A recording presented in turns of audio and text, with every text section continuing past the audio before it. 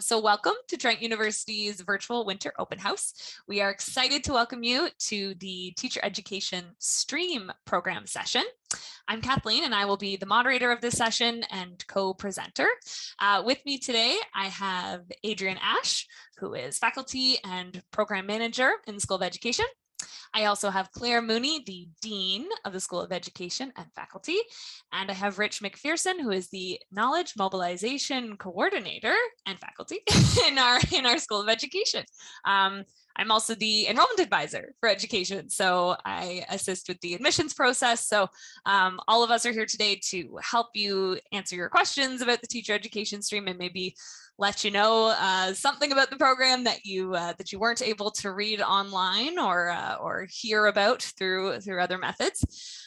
We're going to do an information session, so we're going to show some slides and just give you a general overview of what we offer in the program.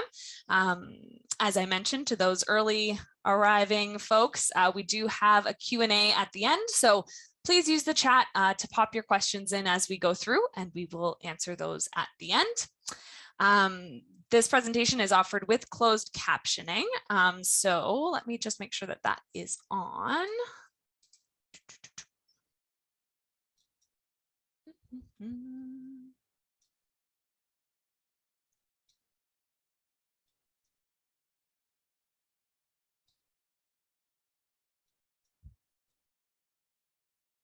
Perfect. Thank you, Claire. I was looking around and I wasn't finding it. So that is enabled now. So for anyone who's looking for that. And yeah, with that, we will get started. So I'm just going to share my screen.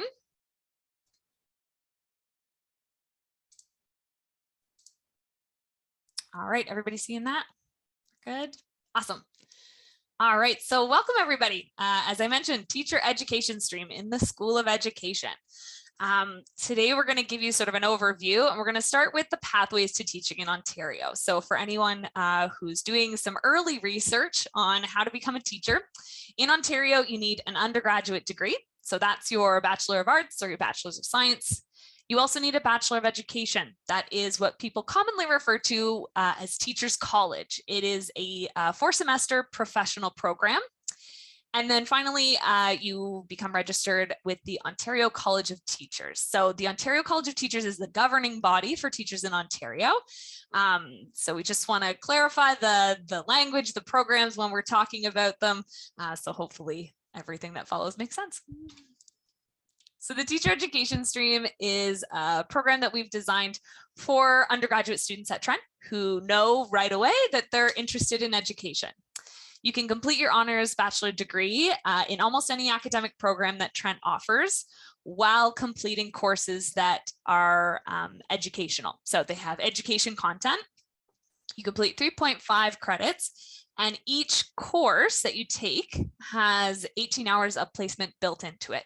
So where some courses would have a lecture component and a lab, instead of a lab, we're actually going to have you out in the field doing some volunteer placements so you can test the waters with education and get some really great experiential opportunities. This program is offered at both our Peterborough and our Durham campus. You can do it with a single major, a joint major, or a major and minor. Because it's 3.5 credits, you can almost think of it as a mini minor. A minor is typically 5 full credits, so this is sort of a smaller collection of courses, and it gets noted on your transcript that you completed the teacher education stream. Next, we're going to talk about some coursework. So what you're going to learn in the teacher education stream program. This is just a nice visual created by Rich to show you how the program works. So within years 1 to 4, that's when you're completing your undergraduate degree and you're taking teacher education stream courses. In year 1, 2, and 4, you'll have 2 courses. So you take one in the winter and one in the fall. And then in year 3, you can either do one course in education or you can do a study abroad. So for folks who are interested in potentially doing a year abroad, you don't have to make up that course if you don't want to. You're going to get some really great experience in that year abroad. So, so that one's an optional. But for those who stay at Trent for the full 4 years, there's your 3.5 credits. And at the end of that, in your year 4, that's typically when folks will apply to the 2-year consecutive Bachelor of Education program. Consecutive because it comes after your degree. And that is the program that qualifies you to teach in Ontario. Kathleen, can I just on between that slide you had up and the previous one, I just want to reemphasize one point, just to, if there's anybody in this session that really is kind of new to the degree structure. And I know you said it, but just expressing it another way, just to be clear, education within the teacher education stream, education is not what your degree major will be. As Kathleen was talking about, those, you would do it, you would have your degree in another area. And so that might be English, it might be sociology, it might be history, it could be mathematics, science, whatever it might be. And those are all great pathways to get into to have as a foundation for teaching as well. But alongside of doing that, you will then also be doing the structure that you see on the screen here. So kind of that's one of the things I really like about teacher education stream is it really pairs those pieces together, the content that you need as a foundation plus the teaching pieces that you're seeing on here. So and I know a lot of people probably were aware of that, Kathleen, but I just thought I would add that for anybody who is really new to this. I also have something to say. I know we're on slide 4 and we're already interjecting, so this is the way that we do it. I was just getting to elaborate further on that. Some of you might be asking, well, why don't you have, a concurrent program and you just go straight through? This model is great because, like Adrian touched on, it kind of lets you test the waters, because you might enter this program, I want to be a teacher, I want to go to the classroom. You start doing some of those courses each year, and then you volunteer in a classroom, and maybe you step inside that classroom and go, actually, this isn't right for me. I actually don't want to be in a classroom working with children.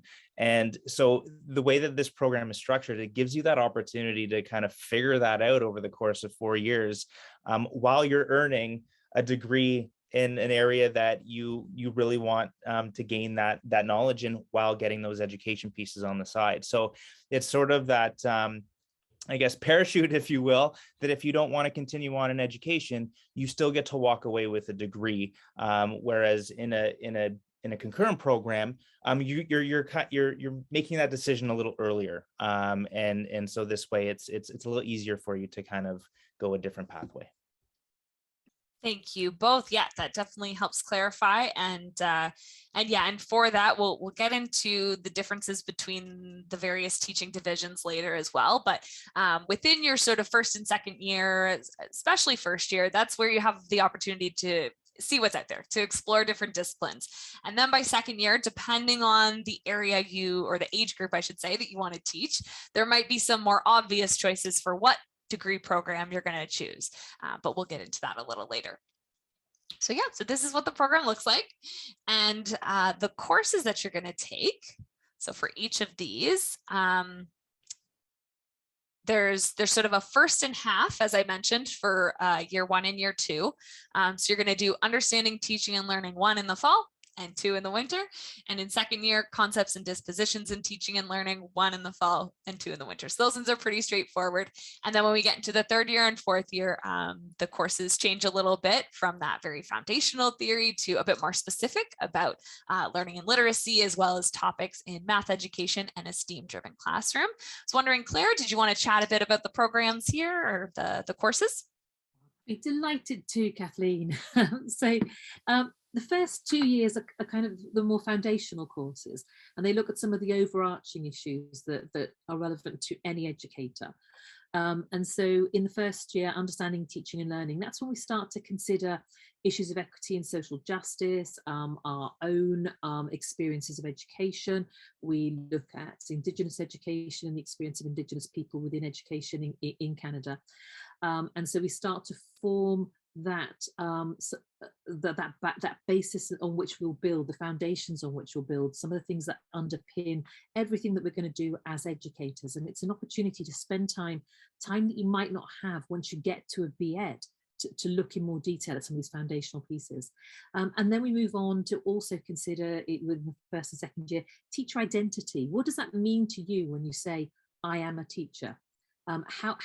How are you defining that yourself? What does it mean to you? Also, what does it mean to somebody else when you say, I am a teacher?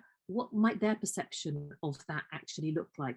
How is that represented in media and popular culture? And so those are the kind of first 2 years of the foundational pieces. And then we look at other things. And this is not like learning to do lesson planning and unit planning in language and literacy and math and STEAM, so science, technology, engineering, the arts and mathematics. It's not lesson planning, unit planning in those. It's actually saying, what are those fundamental pieces that every teacher needs to know?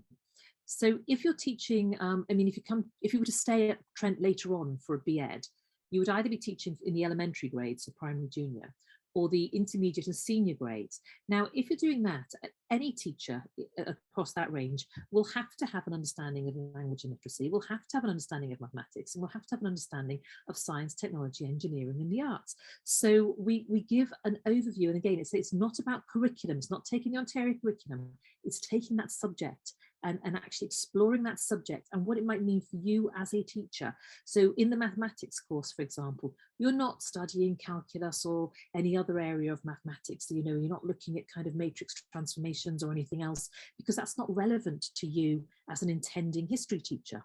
But what is relevant to you is, as that intermediate teacher who may be in an intermediate homeroom, starting to think about the bigger pieces of mathematics, the people of mathematics, the history of mathematics, and starting to get your own knowledge a little bit established, but established in a way that's meaningful from an educational perspective, not just from a subject's perspective. So I hope that makes some sense, Kathleen. Thank you. Definitely. Thank you, Claire. Yeah, and so as was just mentioned, that's perfect for our next slide here, talking about the teaching divisions. So you don't need to know just yet. We expect that you're going to have some different experiences while you're in your undergrad that might change how you feel about the age group you want to teach. But there are 4 teaching divisions in Ontario: primary, junior, intermediate, and senior. And when you complete that Bachelor of Education, that professional program after your degree, you'll go and do a B.Ed that will give you the credentials to teach 2 divisions.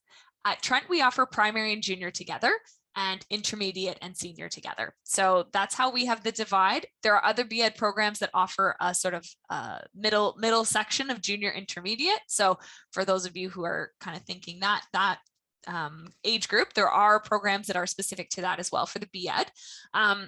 But you want to start thinking about this, in kind of that first year, second year time frame, only because it might impact how you plan your degree. So when it comes to the primary junior, there aren't any particular teaching subject courses required, because you're a generalist. You're teaching a little bit of everything, and that credential is for kindergarten to grade 6. So that's sort of the age group that you would be teaching. And because of that, you have a lot of flexibility. We see all sorts of degrees apply for primary junior, from the sciences to the social sciences, your humanities. We get a wide variety of folks coming through who want to teach. And what we encourage you to do, if you are thinking of primary junior, is where you have space in your schedule for electives, to try and take a good variety of courses from arts, English, French, geography, history, all those subjects that you remember learning a little bit about throughout those age groups. It's good to get a little bit of experience where you can in those different areas. We call them breadth subjects. But for intermediate senior, if you are wanting to be a high school teacher, you do need to have teaching subjects. And in order to qualify for the Bachelor of Education, you have to have completed a certain number of courses in each of your teaching subjects. So with Trent, we have a selection of 14 subjects, and you can view those on our website. And every university in Ontario has a different selection. So definitely browse around. You're going to see some different offerings. We require 5 full credits in your first subject and 3 full credits in your second subject, unless it's a language course for your teachable, in which case we do need 4 full credits. And that's just because it is a second language. So we want to ensure that you've had a lot of content and you're feeling very confident in your teaching subject there. Again, this is early days for that planning, but it is something you're going to start to think of. Adrian, we were talking a little earlier about sort of your degree structure and that sort of thing, and where that 3.5 credits fit within a subject. So hypothetically, let's say history is going to be your academic major at Trent. You're going to have more than 5 full credits in history completing your degree. So you'll definitely have the teaching subject requirements for that. You just need to be aware of that second subject to make sure you get 3 full credits in a second subject. So for example, if you wanted to do history and geography, if history is your major, you'll have plenty of history courses to choose from. You would just need to make sure you get 3 full credits of geography throughout your time at Trent to qualify for that teaching subject. Did anybody want to weigh in on the teachables? All right. If we have questions later, we will definitely go into a little more detail. So experiential learning opportunities, what you can experience in the teacher education stream. So as was mentioned, within each course, you're going to do 18 hours of volunteer placement. During the teacher education stream, that is up to you, really, as long as it's a relevant area in education, in the classroom or in the community, you have a lot of flexibility with that. These are just some examples of what we've seen students do in the school and in non-school settings. Would anyone on our panel like to elaborate on the volunteer placements or what they've seen students do, that sort of thing? Shall I go, Kathleen? Sure. Okay. So obviously we've got the school setting ones, like you say, and people come in and some of them say, I'm going to be a high school math teacher. Okay, and that's what they come to Trent thinking. So they're studying math, they may be taking some physics classes, they're going to do high school math and physics, and they're doing TES, and they go into a high school math and physics class, so they seem they're quite happy there. And I always say as well, if you're doing a school placement and you think you want to do intermediate senior or primary junior, whichever way around it is, make sure at some point you do a placement in the opposite one. And so you might come in thinking you're going to teach high school, you go into an elementary classroom and you go, this is where I belong. Or vice versa, you think I want to be in an elementary classroom, I'm going to be a kindergarten teacher. And you go into a grade 7 classroom or a grade 9, 10 classroom and you go, no, this is where I belong. So it's a great opportunity to try all of these things before you have to make and commit later on for your BEd. So we have all of those placements. But then beyond that, you know, and you can see these on the slide here, other things that you can do within school that isn't just a classroom placement. You know, maybe it's after school club, maybe it's working with a librarian, maybe you're working with guidance counselors in high schools. There's all sorts of options for that. But then outside school, that's where we interpret education as a lifelong, from birth, throughout the whole of the lifespan, education takes place, and it takes place in so many different places.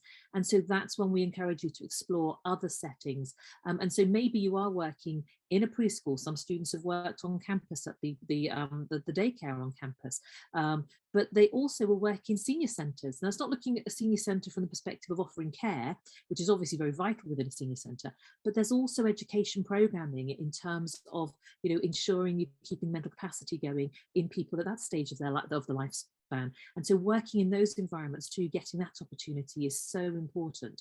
And so we interpret education from, you know, throughout the whole of the lifespan, and the zoo, museums, you name it, they've been there.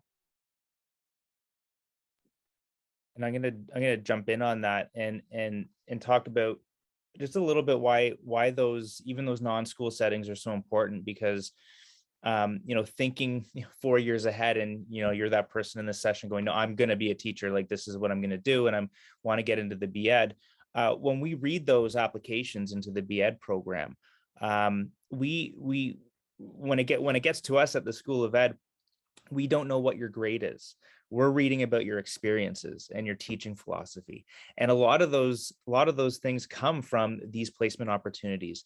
And we read a lot of applications where someone is not coming from an education background or didn't have an opportunity to be in education based settings. And sometimes some of the richest stuff comes from how they were able to see the value in education in the non-school settings. So just something to think about moving forward and gaining those experiences, because that is something that we look at just as important as the academic side.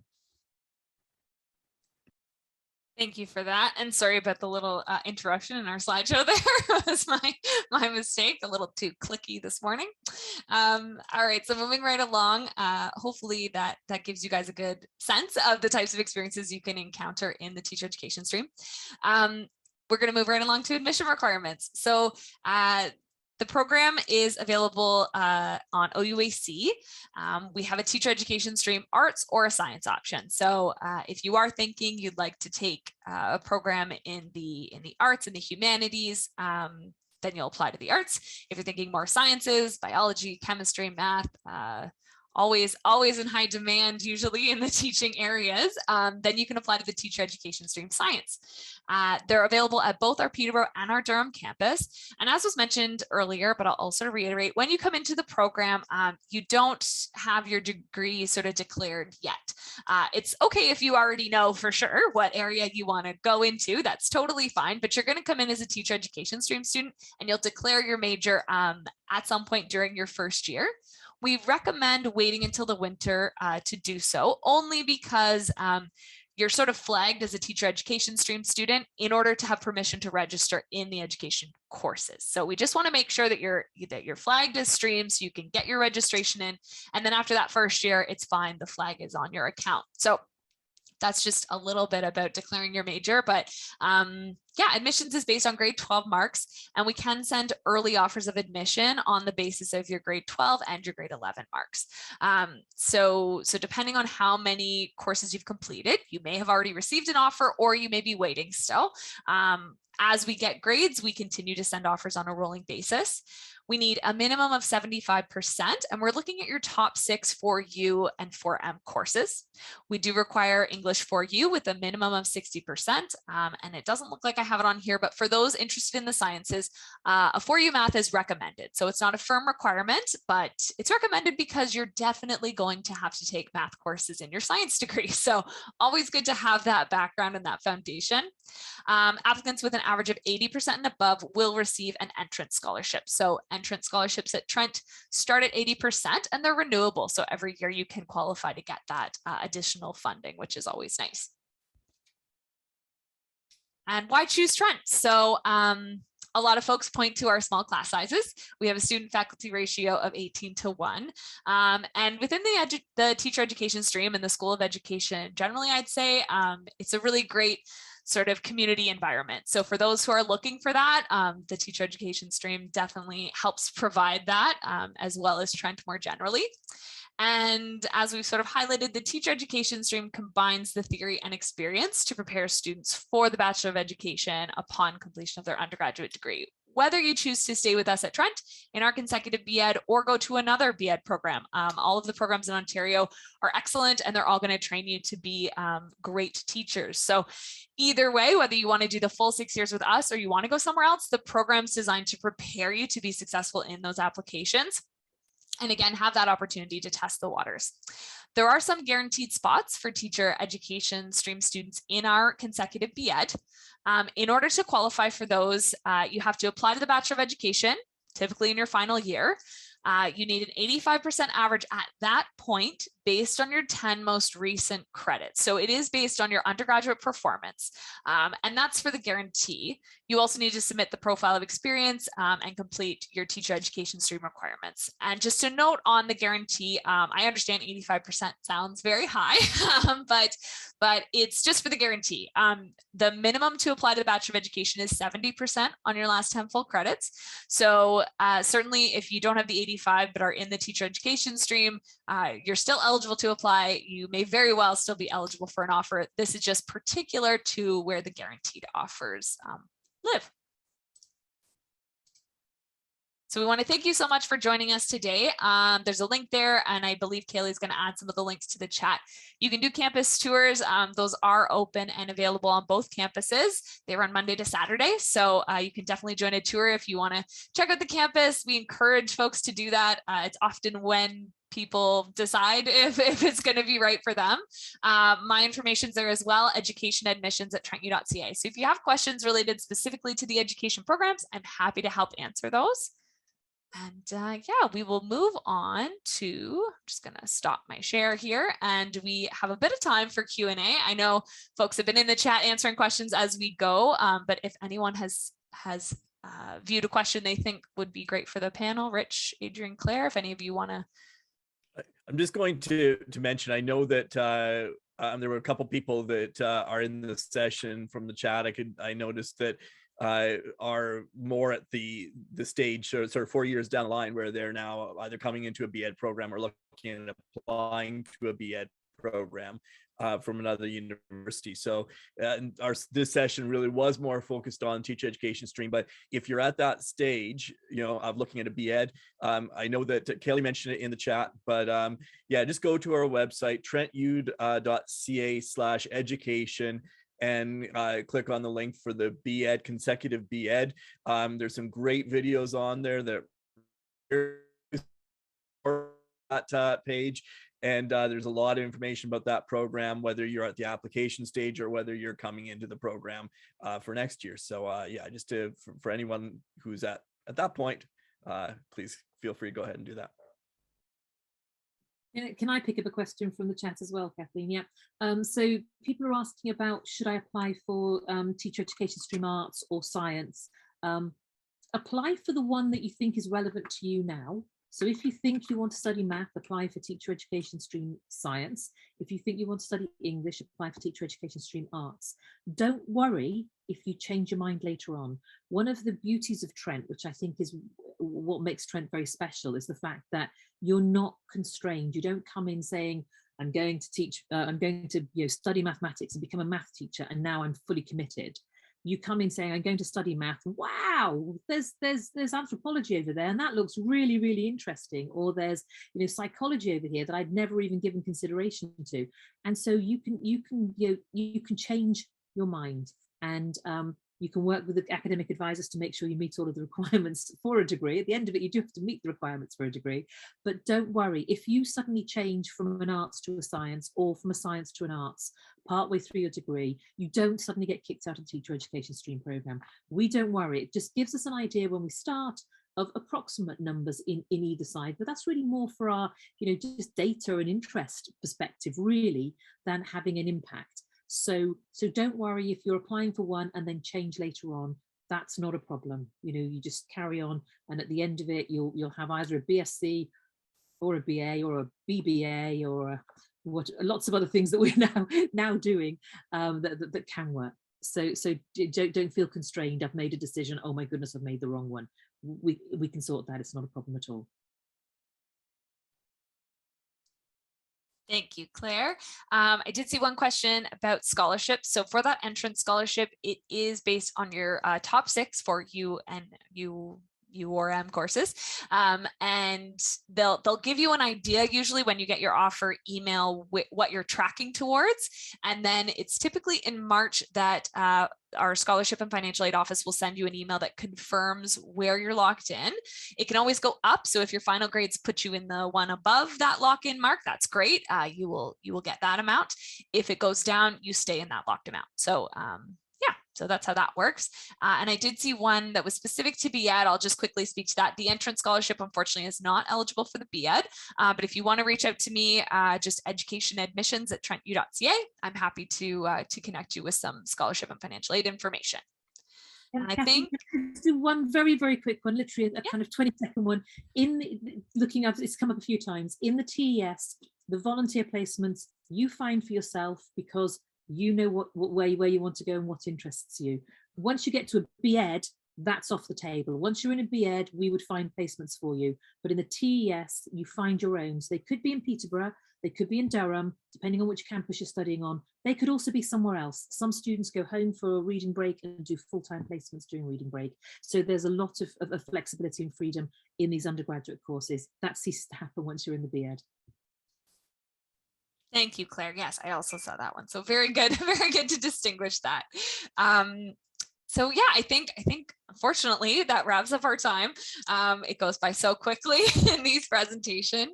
I would like to take a moment to thank the members of our panel for being here to chat about the program today, and also to all of you who attended. Thank you for joining us this morning.